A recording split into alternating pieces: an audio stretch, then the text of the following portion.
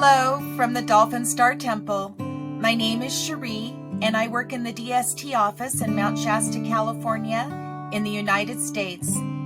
Today we'll be talking about Namibian crystals that are integrated in our mystery school teachings. I will be talking with Tony Raw, who is our crystal consultant and supplier of our unique and powerful Namibian crystals. Tony has been working with the Dolphin Star Temple now for over 20 years. All of our crystals are ethically sourced directly from Namibia. Tony Raw is truly a spiritual master dedicated to the mission of oneness. And we're going to start our series Crystal Talks, and this is episode 1. If you'd like to introduce yourself, Tony, that would be great. Thank you, Sheri. Thank you so much. And it's just such a wonderful reception, which you've indicated. And wow, to be in this is really exciting, and to get a message out there to help all in the shift in consciousness and our challenges to where we are going. Thank you for that. Thank you, Tony. You have been working with Dolphin Star Temple for, almost, 20 years now, something like that. It's been a long time since you've been involved with supplying us with these amazing creatures of light. And I am just so thrilled that we're going to start having some information to share with our community about what these crystals represent in Dolphin Star Temple teachings, and how it can enhance your experience on this path of spirituality that we're all on here.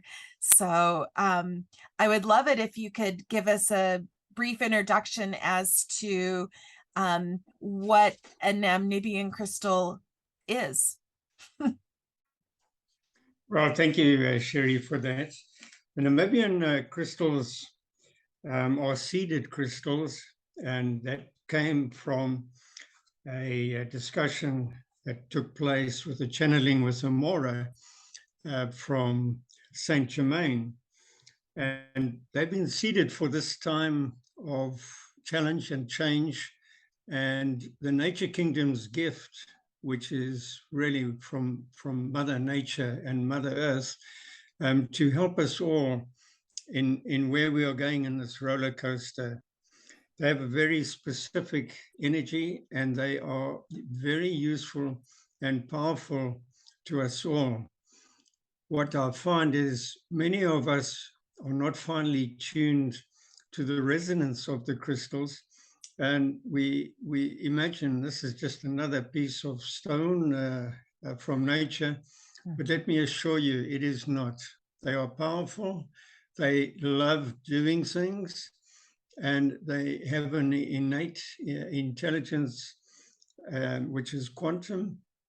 And it's really in for us to really accept from nature, as we can accept the food that we eat from nature, these crystals as part of all this resonance and change that we are going through. So do you have specific people that you've been for a long time to get these crystals? I mean, I know we have a video on our website that you did with Gary that shows the adventure of going on a crystal hunt.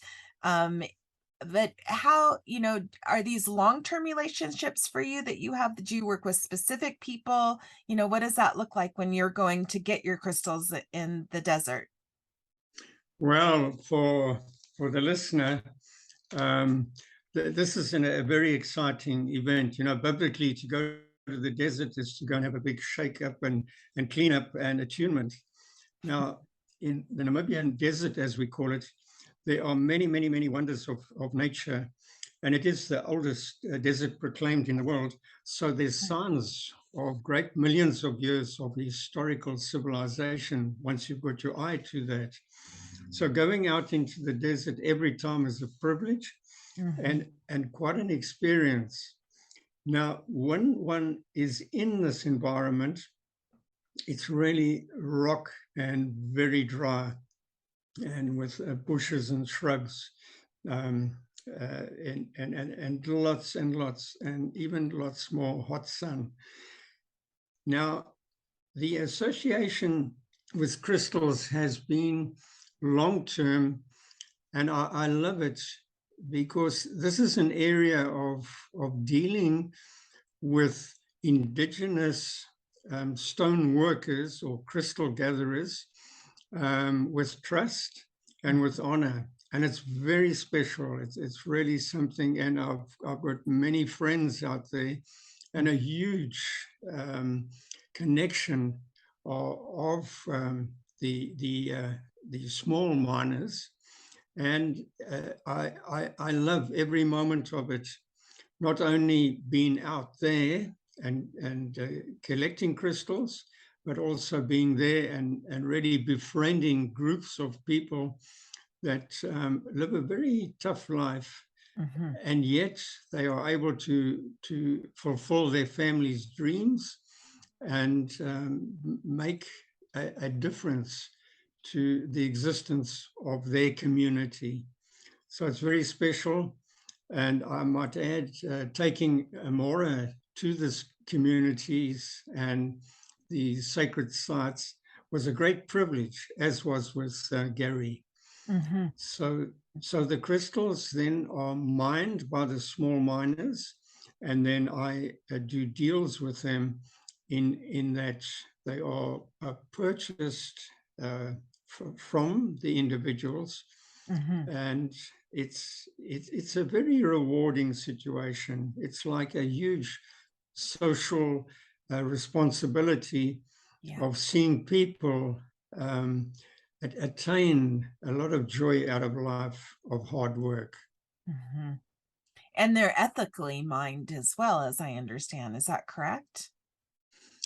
They are ethically minded, and it's a challenge. That's how it is. What I don't like is when crystals are taken from, I call it the very womb of nature. And if we can understand that it's in the darkness of the cavities in the rock, in the darkness of the womb, where creation takes place. And these most beautiful, stunning crystals. But when they are taken and left in the sun and get hot, it's something I really resist, because it's like a newborn child being put under a solar scan. Not at all nice. So to me, that these are just maybe minor to some people, but to me, yes, we do really try and do utmost care, and certainly once I get them, to relieve them of any tensions which they do carry. Well, you can from feel the that change. when we get your shipment here in our office, you can feel the love that these crystals have been surrounded with. And there's a pristine gentleness about them that I don't feel when I go into like a regular crystal shop and look at all these different crystals that have been blasted out of caves and bulk shipment sent. I mean, this is a whole different thing where each individual crystal has been just surrounded with so much love and respect. You can really feel that when I unpack each one. It's like Christmas for me every single time. And I just, it's such a delight to see who shows up. And the energy is so powerful. We have people that come to the office when they come here in Mount Shasta, and we have them all here in the office. And oftentimes, I would say probably 75% of the time somebody's sitting with me, it releases emotions for them. And they start to cry and just have this experience. And I really feel that part of that is the vibration of the crystals. I mean, they surround the space, and it's a really powerful place to walk into. So, we just can't thank you enough for the care that you give these beings of light, and how honored we are to receive them here on our sacred mountain, Mount Shasta. Well, it is so mutual, Sheri. And what I can add is what is so nice about this is it's all hand done. In Mhm. other words, it's not major machines ripping out, breaking up, and sending to a facility where they are cut and repolished. Not at all. They're all totally natural, and done by hand. And let me add that these crystals are very excited when it's time for packing and sending. They are the ones that choose where they are going, let me assure you. Yes, I can sense that. It feels like when somebody comes in and sees what we have available, the crystal chooses them. I really Yes, believe that, because all of a sudden they'll go, oh, this is the one. And they'll pick it up and hold it like it's, like you said, like a newborn baby to them. And yes. it's such a cool, wonderful process to witness, because they're so individual what people resonate with. And truly it's just a magnificent process for sure. For It sure. is that very energy which they are emitting, which of course on the finer level of the chakras, is picked up, and that's where the emotion comes in. I see. But they have that ability to resonate where the lower frequencies exist, um, not only in humans but in nature as a whole, as such. Mhm. So they are very special, these crystals, but anywhere in the world you get very special crystals. But these were seeded by the early beings of light. They're about 320 plus thousand years ago. Mhm. And Saint Germain, really, in the channeling done by Amora, sets out so nicely all about the aspects of these crystals for these times. So it's just so nice to be involved for both of us in the bigger picture. It's not about crystal sales at all. It's got nothing to do with that, but it's about giving to the world these real nature elements which are enhancing the individuals, and changing many things. And I can add that sometimes crystals happen to disappear, where you just don't know what happened to that crystal. Yeah. Um, and I believe there is no ownership. It's like putting a wild bird in a cage. Really? Are we so archaic? But the same with the crystal. They know where they belong and who they are supporting, and have the resonance, in terms they're all connected. They're all connected in Yes. nature. The law of one pertains, and we've just lost that. The law of one being that the greatest of creation, is in every aspect, and in what we can think of, what we see, and what we regard as sometimes not um, aligned with creative force. That is not so, and that's especially with the crystals, and they have very special properties in that as well. Yeah, the attributes. Amora has a guide that she put together, and with your input, we also have added a few more attributes to the guide. It is on our website. And can you speak a little bit about that? Because each of the crystals have individual qualities, or these attributes that they contain, like an Isis or a master crystal or a cathedral crystal. And one of the attributes that fascinates me, that I was originally just blown away by in the Namibians, is the phantoms. And to Mm. see a clear quartz crystal with a amethyst and a smoky phantom together, I mean, it just it stopped me in my tracks. It's like, wow, that was so unusual to me. And can you speak a little bit about attributes and what, say, the phantom qualities represent? Yes, Sheri. I Thank I you. want to I want to take it from the point, as humanity, we must recognize our individuality to the universe. And when I say the universe, the solar system um, is part of a galactic system, and many galaxies are with many solar universes are in a total universe. So we're talking about very specific energetics, which is unique to all, and that's the crystal energetics as well.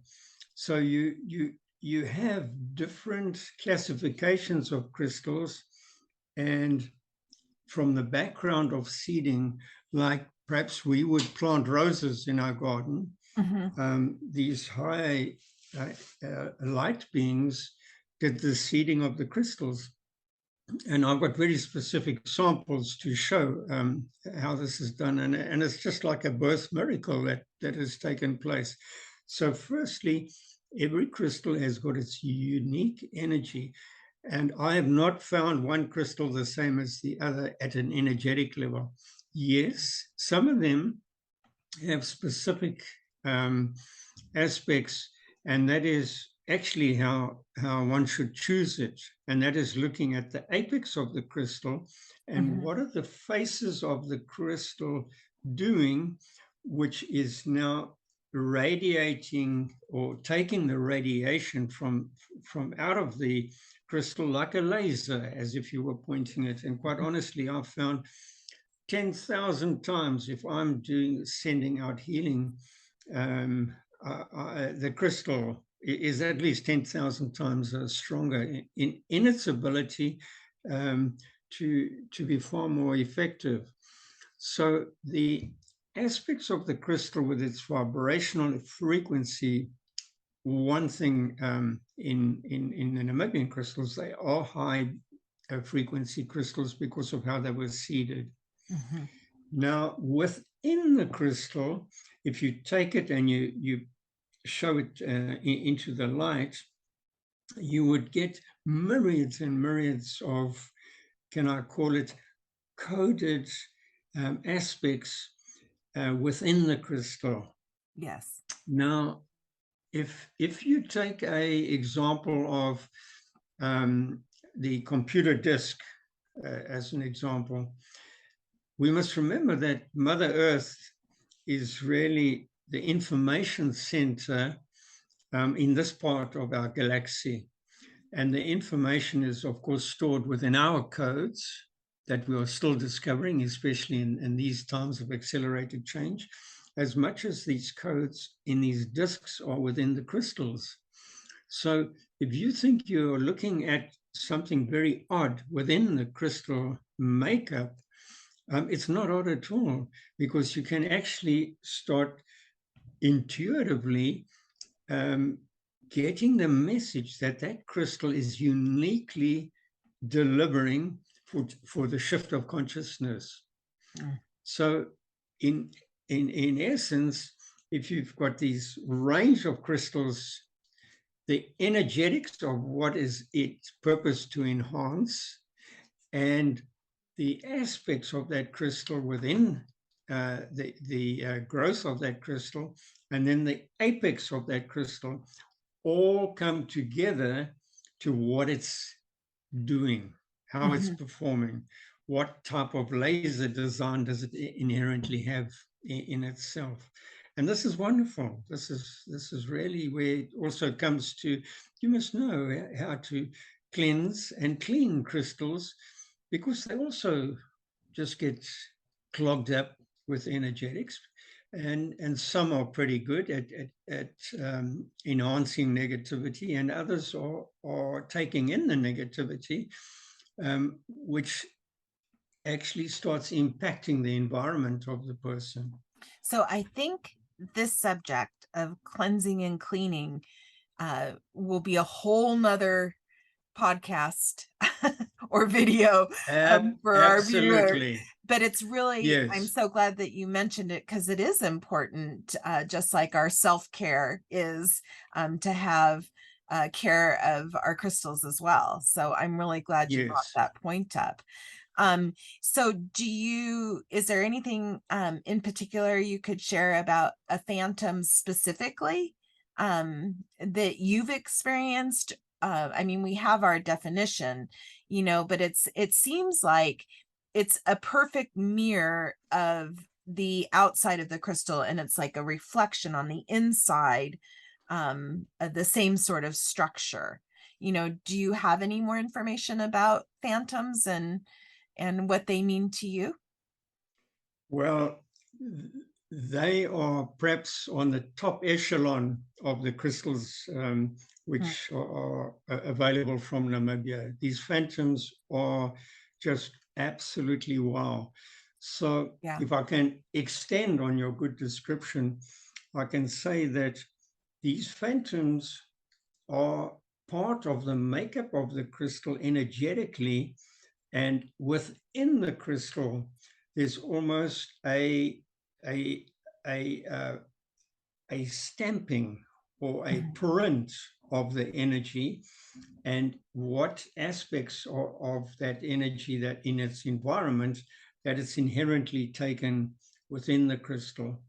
So in the case of a phantom, phantom merely means that there are wisps of other color within the crystal. I So see. those wisps can be fairly intense in lighter quartz or Hmm. more optical quartz, or they can be very much deeper amethyst, um, where you need almost sunlight to see the patterns and the energetic points within the crystal. So that's how you would define phantom. And you've indicated to us that if you take an example of a Namibian phantom crystal, it's not just a particular one phantom color. It might vary quite remarkably within the one crystal. Smoky, Hmm. amethyst light, amethyst dark, and quite often they have rutilations inside them, which are absolutely wow. When you look at this and you say, and all of this is now becoming part of the attributes of the crystal. Attribute meaning what is it giving to the bearer of the crystal, so you know what to use for what application. And in fact, I have a whole box of healing crystals for different applications, Ah, and wow. and that is really to service. Remember, if I can add that the human chakra system is like a spark plugs of a car. Hmm. If your spark plugs are not maintained, your car is not going to go so well. And this is exactly what I'd like to relate to, that if your chakras are not right, they're not right Hmm. because we have to maintain them. Yeah. And I laugh and tease, especially my youngest daughter, who who would spend considerable time doing makeup. And I'd say, now, when are you going to think about your chakras? I love that. I love that. Yeah, the Yes, energetic health is definitely energetic hygiene is an important thing to remember for sure. And yes. I love that you tease her about that. She'll probably laugh about it later, but doesn't appreciate it so much right now. No. Especially to a young, beautiful lady. It's like, what the heck are Yes, you talking about, Dad? Oh, goodness. absolutely. So So, yes, carry on. no, I was just going to say, we appreciate your information so much. And I think in future episodes, it would be behoove us to talk a little bit about each of the attributes that we do have that people can find on our website. As you know, when I get a crystal and I'm getting ready to put it on the website, I will, with your assistance, with your uh, uh, information that you send about that crystal, I'll also read it. And, each crystal comes with a card with the attributes checked off. And my experience has been that, I'm able to see one layer of what the crystal has to offer. And I always share with people that come to the office to get them, that there will be things that will be revealed to them as well as they start to work with the crystal. In the initial meeting, it's one layer and you see one thing, and then as you get to know the crystal and work with it, it reveals its mysteries to you. And I've often heard from people years later that have been working with these incredible crystals, that it has become so much more in their life as to how it's unveiled themselves to that person. So it's a great process for sure. And Very, very, very, very much so. And as people have more and more association through changing themselves within, in their frequency and their woundings, it becomes more and more apparent the beauty that the crystal allows, yeah. and for them to cherish. Sheri, I just want to bring in one aspect, I think, on the phantoms, if I may. Is that okay? Absolutely. Please share. Okay. We must remember that these phantoms are there really as an inherent energetic, purposeful use of the crystal.